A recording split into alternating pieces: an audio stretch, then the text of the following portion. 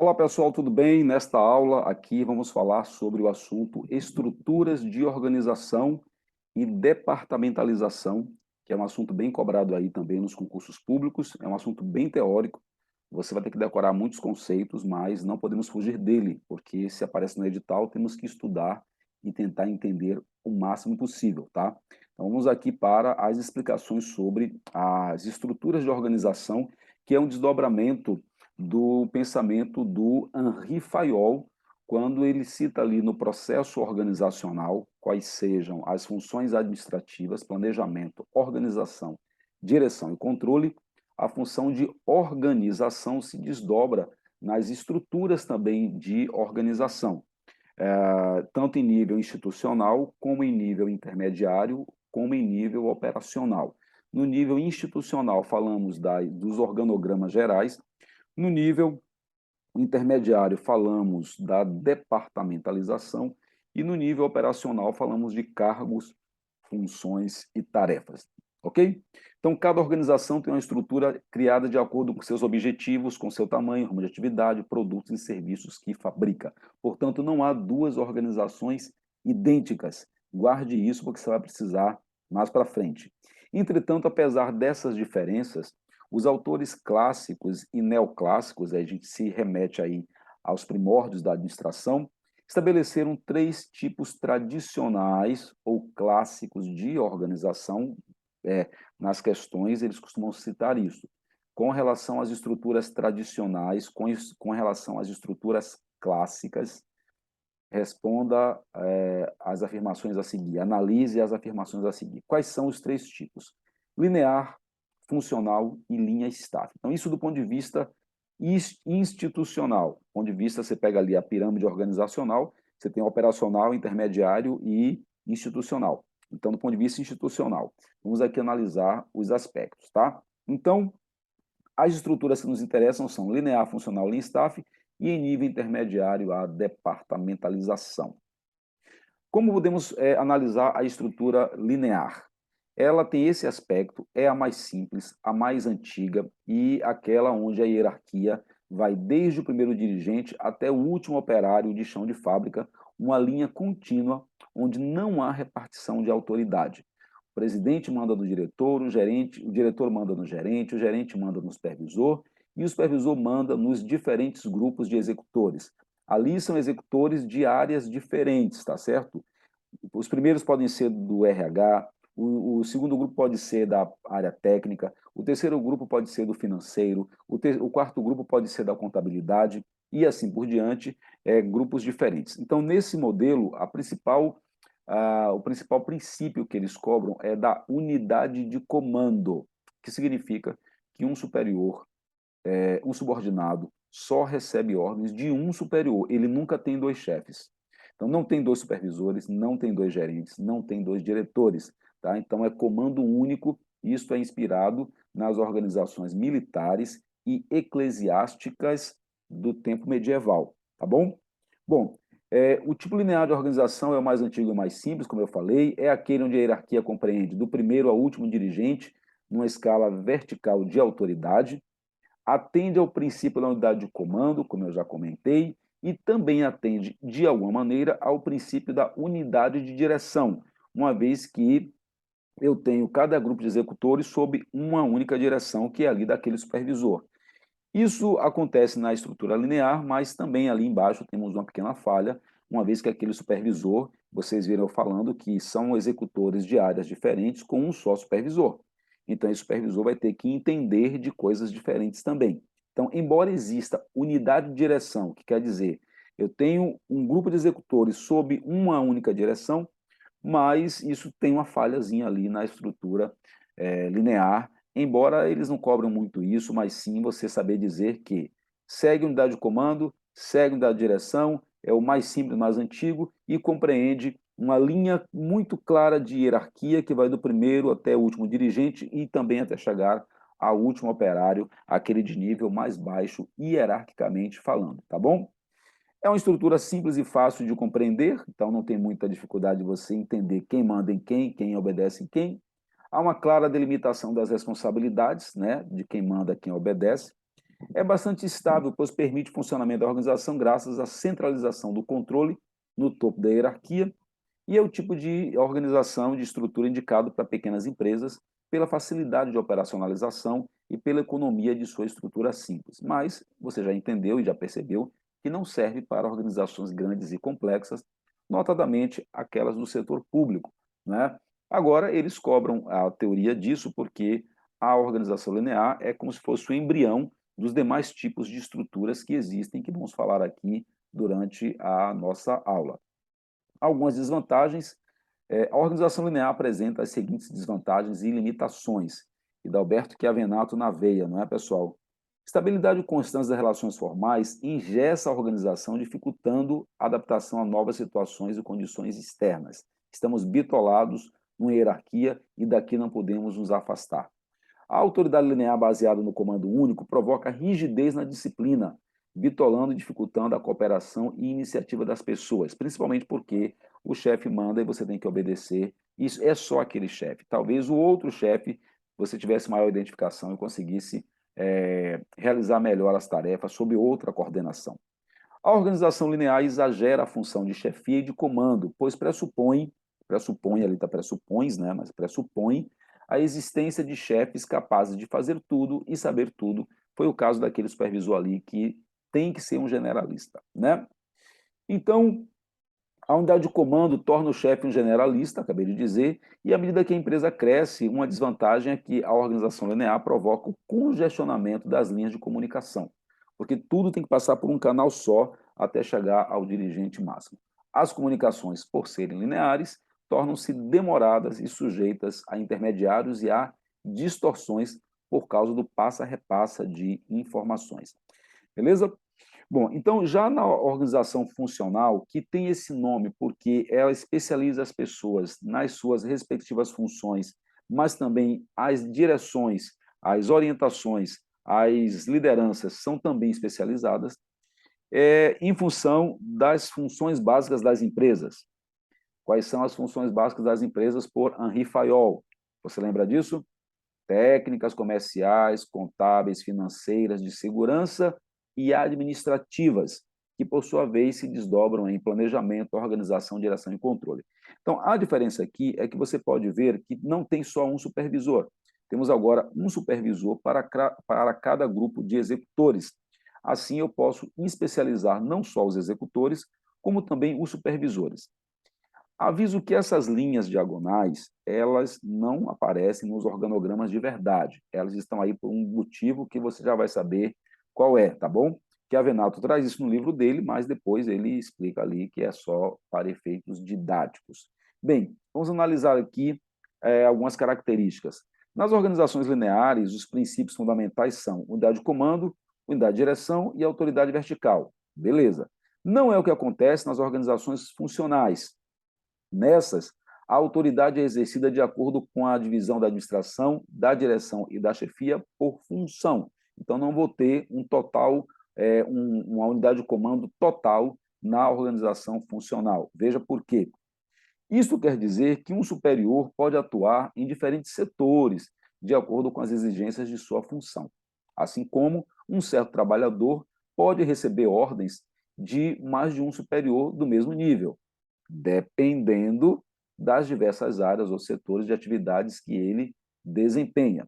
Então, um diretor de pessoal, por exemplo, poderá atuar em diferentes setores no que diz respeito a férias, 13º, horas extras, políticas de pessoal, orientação quanto a equipamento de segurança, de proteção individual e coletiva, enfim, em qualquer área da empresa, porque isso é da sua alçada. Assim como um trabalhador que tenha dúvidas sobre questões ligadas à saúde ocupacional, vai se dirigir a um departamento médico ou equivalente, e não ao seu chefe, caso ele seja um engenheiro de produção. Beleza? Vantagens: proporciona o máximo de especialização nos diversos órgãos ou cargos, permitindo que cada um se concentre no que melhor sabe fazer. Permite a melhor supervisão técnica possível, com a especialização em todos os níveis, pois cada órgão ou cargo reporta-se ao expert do seu campo de especialização, justamente porque a gente pegou ali os supervisores e separou um supervisor que é especialista naquilo que ele supervisiona. Desenvolve as comunicações diretas, sem intermediação, que são mais rápidas e menos sujeitas a distorções de transmissão. Isso era uma desvantagem na organização linear. Separa as funções de planejamento das funções de controle, havendo uma especialização do planejamento e do controle, assim como a execução, permitindo que cada um se concentre nas suas respectivas atividades. Então, parece funcionar melhor do que o modelo linear e, de fato, a maioria dos organogramas, né, de empresas, de entes ou entidades públicas também, são inclinadas para o modelo funcional. Mas, como tudo na vida tem um outro lado, toda moeda tem duas faces e tudo na vida tem um preço, algumas desvantagens são a diluição e consequente perda de autoridade de comando, trazendo como consequência uma enorme dificuldade dos órgãos ou cargos controlar o funcionamento dos órgãos ou cargos inferiores, porque você dá autonomia. Quando dá autonomia, tem que confiar naquilo que você delegou à pessoa, né? Há subordinação múltipla, o que quebra a unidade de comando, já que na estrutura linear é um chefe só em cada nível. Aqui você vai ter vários chefes aos quais as pessoas podem recorrer, independente do seu chefe imediato, mas dependendo da área de autoridade que a pessoa exerça. Então, isso pode gerar um certo conflito. Tendência à concorrência entre os especialistas, justamente pelo que eu falei, levando a uma perda de visão de conjunto e uma tendência de defender o seu ponto de vista em prejuízo a dos outros especialistas. O que resolveria isso é a adoção da gestão por processos, mas isso não é papo para esta aula aqui. Tendência à atenção e conflitos dentro da organização, levando à divergência e à multiplicidade de objetivos. Então, alguém que é da produção pode achar que seu trabalho é mais importante e quer produzir, independente se o departamento de vendas consegue ou não vender. O pessoal de vendas pode se achar mais importante e quer vender, vender, vender, vender, independente de achar se o pessoal de produção consegue ou não produzir para entregar. Então, isso aí vai gerar conflitos e, às vezes, isso normalmente não é bom para as organizações, ok? Então, rapidamente falando, comparando as estruturas lineares com as funcionais, temos o que o Chiavenato traz ali como essas principais diferenças. Lado esquerdo, o linear, princípio da autoridade linear, autoridade única ou unidade de comando, generalização. Do lado direito, ele vê que ele colocou as linhas diagonais, eu tenho autoridade funcional ou dividida, ou variedade de comando e foco na especialização. Lado esquerdo, generalização, lado direito, especialização. Lado esquerdo, centralização da autoridade, lado direito, descentralização da autoridade. Guarde isso. Bom, o terceiro tipo de estrutura é a organização linha-staff. Ela é uma hibridação, portanto, uma combinação do modelo linear com o modelo funcional, de acordo com os livros, com predominância do primeiro. Mas isso é bem questionável, entretanto, temos que aceitar, já que quando fazemos concurso público, temos que nos ater ao que dizem os livros, inclusive para fazer recursos, se for necessário, que tomara que não seja. Então, a novidade aqui é o surgimento de órgãos ou cargos de apoio especializado, chamados órgãos de staff ou de órgãos consultivos. Nesse desenho, você vê ali um assessor jurídico, um assessor de pesquisa. Aí seriam os órgãos de staff. Nos perguntam isso ou mostrando o desenho ou afirmando quando é que uma organização é chamada linha staff.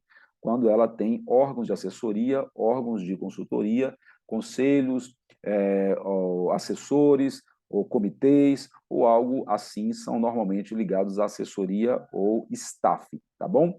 A vantagem aqui é que você deixa o especialista de linha concentrado no que ele sabe fazer e as coisas mais especializadas ou coisas de apoio delega-se a outras pessoas para que ele se concentre unicamente naquilo que é mais importante. As organizações linha staff são o resultado da combinação do linear com funcional, como eu falei, buscando incrementar as vantagens dos dois tipos e reduzir suas desvantagens, ou seja, aproveitar o melhor dos dois mundos. Também é chamado de hierárquico consultivo ou ainda assessoria e linha.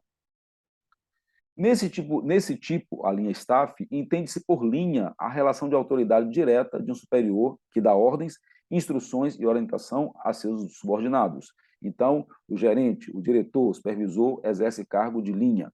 Por assessoria, compreende-se todo o trabalho consultivo, de aconselhamento e de provisão de conhecimentos técnicos com o objetivo de auxiliar o gerente, o diretor, o presidente, assim por diante. Detalhe, importante, inclusive, porque você não pode errar isso. Ao assessor não cabe dar ordens ou instruções diretas aos escalões que lhe são inferiores, pois esta não é uma tarefa de sua competência. E sim assessorar o executivo investido de autoridade de linha. Então, guarde aí. Assessor não manda, não decide, nem tem autoridade. Órgão, cargo de staff não tem autoridade de linha. Não manda, não decide, não dá ordens. Apenas aconselha, propõe, assessora, sugere. Tá certo? Guarde isso daí. Bom, então, algumas das vantagens das organizações do tipo linha staff. Assegura assessoria especializada e inovadora, mantendo o princípio da autoridade única. Então, o chefe fica mandando, o assessor fica resolvendo os BOs para prover ele com informações, sugestões, orientações para melhorar a qualidade da direção. Atividade conjunta e coordenada dos órgãos de linha e órgãos de staff. Isso aí, pessoal, é na teoria, tá certo? Na prática, não é bem assim, não, tá certo? Então, deve haver uma coordenação, ou seja, sincronia, harmonização, cooperação entre linha e staff. Por exemplo, os órgãos de linha responsabilizam-se pela execução das atividades básicas, como produzir e vender, enquanto os órgãos de staff responsabilizam-se pela execução de serviços como financeiro, recursos humanos, planejamento, compras, limpeza, manutenção, conservação, segurança patrimonial e assim por diante. Um pouquinho d'água para molhar a garganta, porque antes de gravar essa aula, eu estava dando aula ao vivo por 3 horas, né? Então, a garganta está um pouco seca. Muito bem. Então, assim sendo, temos algumas desvantagens também. A possibilidade de conflitos entre linha e staff, justamente quando, né, um assessor acha que quer mandar, que quer impor as suas sugestões e aconselhamentos, isso é muito ruim.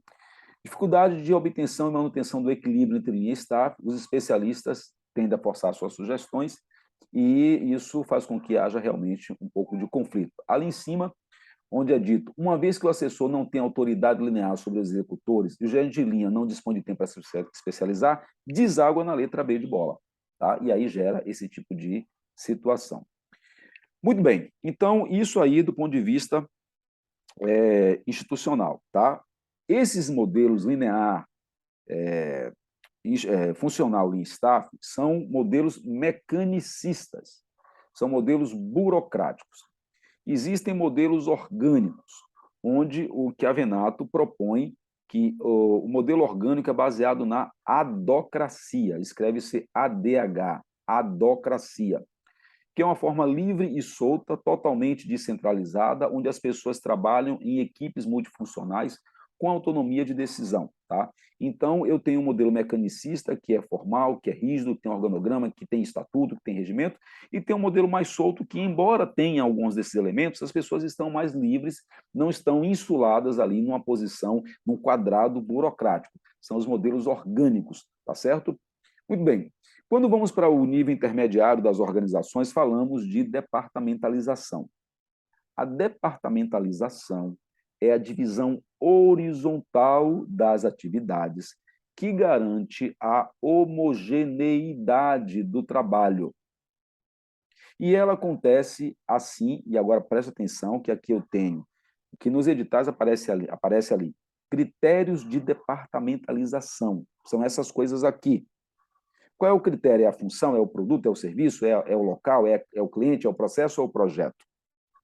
Veja, a departamentalização é a divisão horizontal do trabalho, de modo a gerar uma homogeneidade das atividades. A homogeneidade é conseguida quando reunimos pessoas que fazem a mesma atividade, e aí o critério é função, da mesma maneira, aí o critério é processo, pode ir lendo aqui, função, depois localize processo, para a mesma clientela, aí é por clientela, e no mesmo local ou para o mesmo local geográfico, aí é por área geográfica. Então, os 4 tipos básicos de critérios de departamentalização são função, processo, clientela e área geográfica. Tá? Sendo que a departamentalização por função ela, de acordo com o que a Venato, ela se confunde ali com a estrutura funcional, porque tem o mesmo raciocínio. O modelo funcional tem esse nome porque se refere às funções básicas das empresas que eu já citei mais para trás. Então, quando eu vou ali para o nível de departamento, o nível intermediário, e também esse mesmo raciocínio é utilizado. Então, como que você sabe que numa questão está se referindo a modelo funcional, departamentalização por função, produto, serviço, área geográfica, clientela, processo ou projeto? Ou pelo texto, pelo que diz ali o enunciado, que privilegia-se o cliente, privilegia-se o local onde atua, privilegia-se atividades temporárias, que são projetos, privilegia-se a sequência da atividade, que são processos, privilegia-se as funções básicas da empresa, que é por função, privilegia-se aí o produto ou serviço, aí já está dizendo que é por produto ou serviço. Mas, se por acaso eles resolverem colocar fragmentos de organograma na questão, na prova, você vai ver desenhinhos como esse, que aí você vai olhar dentro das caixinhas o que está escrito para você entender e responder que tipo de departamentalização é. Então, aqui, produção, vendas, finanças são funções básicas das empresas. São 3 das 6 funções básicas. Então, por isso que aqui é funcional.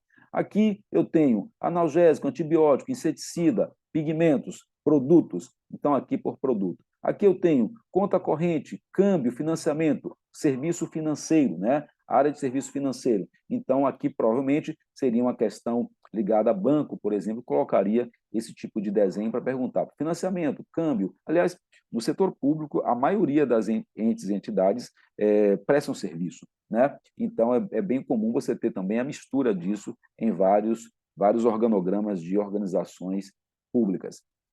Nesse daqui, você vê claramente a divisão, a organização se refere a regiões, né, geográficas aqui, norte, sul, centro, e mais ainda, cidades, Brasília, Belo Horizonte, Recife, Belém, São Paulo, Porto Alegre. Então, aqui é claro que foi uma divisão por área geográfica. Aqui a gente vê a menção a feminino, masculino e infantil. Nesse nível aqui, o critério foi cliente, mas você também pode perceber que dentro disso também temos aqui uma divisão por produto, porque eu peguei aqui departamento feminino, aqui é clientela, mas quando eu falo perfumaria e lingerie, aí já é por produto. O que a Venato quer dizer com isso no livro dele? Que eu posso usar mais de um critério, né? E normalmente a gente faz isso, porque a pergunta sobre qual que é o melhor, não tem isso, né? Depende do qual aquele que melhor se adeque aos objetivos daquela organização. Nesse daqui, por processo, esse é o menos óbvio de você perceber que é processo, porque processo ele é uma sequência de atividades racionalmente concatenadas que tem uma entrada, um processamento e uma saída, que entrega na saída um produto ou um serviço. Só que num organograma, num desenho, que aqui é um fragmento de organograma, não tem como a gente demonstrar um processo, já que o desenho adequado para processos é fluxograma, que tem setas e tem vá para a esquerda, vá para a direita e assim por diante. Mas aqui, o autor foi esperto. Ele disse assim, ó, seção de pré-montagem. Pré-montagem. Esse segundo hífen aqui tinha que vir para baixo, não veio, né? Seção de pré-montagem, seção de montagem. Ora, pessoal, se tem montagem e pré-montagem, está evidenciado uma sequência. Então, processo. O pessoal da seção de montagem depende do pessoal da seção de pré-montagem para fazer o trabalho deles. Então, embora nesse desenho não demonstre uma sequência, porque esse desenho não é um fluxograma, o que está escrito dentro das caixinhas me revela, denuncia, me dá pistas de que neste lugar há uma relação de processo, onde a etapa de pré-montagem vem antes da etapa de montagem. Não precisaríamos nem de aulas de administração, porque ali o português nos ajuda, né? Pré-montagem e montagem, qual vem antes. Tá? E também tem ali uma seção de enrolamento, se é uma divisão de motores, o pessoal faz o enrolamento dos fios, passa para a pré-montagem, passa para a montagem final. Eu ainda poderia acrescentar a próxima etapa, controle de qualidade, né? Próxima etapa, distribuição, e, enfim, e aí fazer uma linha sequencial representando um processo. E a departamentalização por projeto, ela é clássica de empresas ou lugares que têm atividades temporárias. Projetos são empreendimentos temporários com início e término definidos. Então, normalmente, construção civil, normalmente a área de indústria, enfim, que tem, ao criar um produto, antes disso se faz um projeto. E aí é fácil, questões que envolvem isso, se for em texto, vai falar que é atividade temporária. Se for com desenho, vai ter que escrever ali, gerente de projeto, projeto 1, projeto 2, projeto 3 e assim por diante. Tranquilo? E assim chegamos à última estrutura dessa aula, que é a estrutura matricial. Nós começamos falando das estruturas clássicas ou tradicionais, quais sejam a linear, a funcional e a linha staff. Existe um tipo de estrutura que pode ser chamado também por algumas bancas de tipo de departamentalização, chamada matricial, que é considerado um tipo inovativo de estrutura. Veja, ela mescla, cuidado agora, o modelo funcional com o modelo por projeto. Então, muitos autores falam que a combinação da departamentalização funcional com a departamentalização por projetos, para atingir que objetivo? Veja, como projetos são atividades temporárias, uma empresa que não lida com projeto, ela não vai ter uma equipe de projeto de braços cruzados esperando quando vai ter um projeto para trabalhar. Então, o que ela faz? Se eu esconder aqui a parte de projeto, eu vou ter só aqui engenharia, financeiro, marketing, produção, vendas, contabilidade, que é a parte funcional. Essas pessoas estão trabalhando aqui nos seus departamentos, independente de ter projetos. Quando tem projetos, o que eu faço? A gente monta equipes, está vendo aqui escrito equipe, equipe, equipe? A gente monta equipes, vindos dos vários departamentos, alocamos essas pessoas no projeto. Projeto é atividade temporária que tem início e término definidos. Elas trabalham no projeto. Quando o projeto conclui, ou elas são alocadas em outro projeto, ou elas voltam para os seus respectivos departamentos e ficam lá fazendo as coisas do dia a dia. Assim, eu obtenho o melhor dos dois mundos. Não preciso ter um departamento de projetos o tempo todo, que tem que ficar ali, mesmo quando não tem projetos, e já tem os especialistas prontos a hora que eu quiser, para quando surgir um projeto, eu mandar eles para lá, realizar o projeto e voltar, tá certo? Então, a estrutura matricial tem como vantagens o foco claramente definido no projeto ou no produto, a flexibilização da equipe, porque eu reaproveito as pessoas para vários projetos, adaptabilidade, necessidades gerenciais e fatores externos, porque projetos são de resultado singular, então eles são diferentes no tempo e no espaço, e a possibilidade de desenvolvimento da equipe, porque a cada projeto é uma coisa nova, e ali você reúne especialistas que vêm de vários lugares, e se assim não fosse, eles estariam insulados em seus departamentos de contabilidade, que só fala de contabilidade, ou financeiro, que só fala de financeiro, ou de engenharia, que só fala de engenharia, ou de RH, que só fala de RH, mas quando eu junto na equipe de projeto, há trocas e as pessoas passam a ser expostas a situações e conhecimentos que ela nunca poderia ter acesso, ou não conseguiria ter acesso se não fosse no ambiente de projeto, tá? Não sei se no seu concurso tem gestão de projetos, mas essa fala ficaria mais evidente, mais óbvia e mais clara se você tivesse acesso ao que é gestão de projetos. Não sei se no momento que você assiste essa aula minha aqui no meu canal já tem uma aula sobre gestão de projetos. Se tiver, procure aí que você vai entender melhor, tá? E algumas desvantagens, conflitos internos, porque a dupla subordinação, porque assim, volta aqui o desenho. O cara do financeiro, ele tem um chefe, que é o chefe do departamento financeiro. Quando ele vai para uma equipe de projeto, obrigatoriamente um projeto tem que ter um gerente. Então, ele é subordinado ao gerente do projeto e ao gerente do departamento dele. Então, essa dupla subordinação gera conflito e relação de comandos e autoridade complexo. Quem manda mais? A quem eu devo obedecer? Se o chefe do meu departamento disser, venha para cá que eu preciso de você, e o gerente do projeto fala, cara, temos que entregar isso até domingo, quem que eu vou obedecer?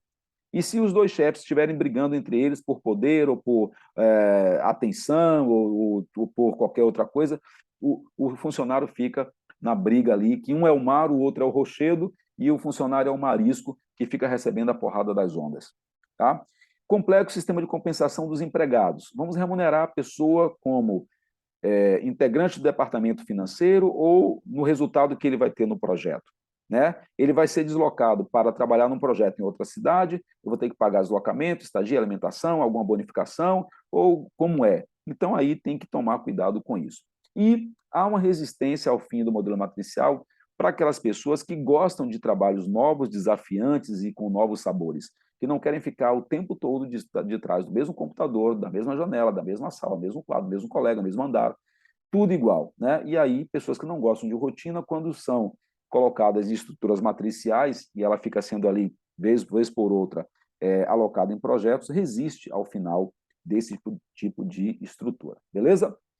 Então, essa aula chegou ao fim. Aqui eu procurei dar para você as noções das características básicas das organizações formais modernas, natureza, finalidades e critérios de departamentalização, inclusive acrescentando o modelo inovativo das estruturas matriciais. O que você vai fazer agora? Resumir, revisar e resolver questões, tá bom? Um abraço aqui do professor Robson Dias e até a próxima aula. Tchau, tchau.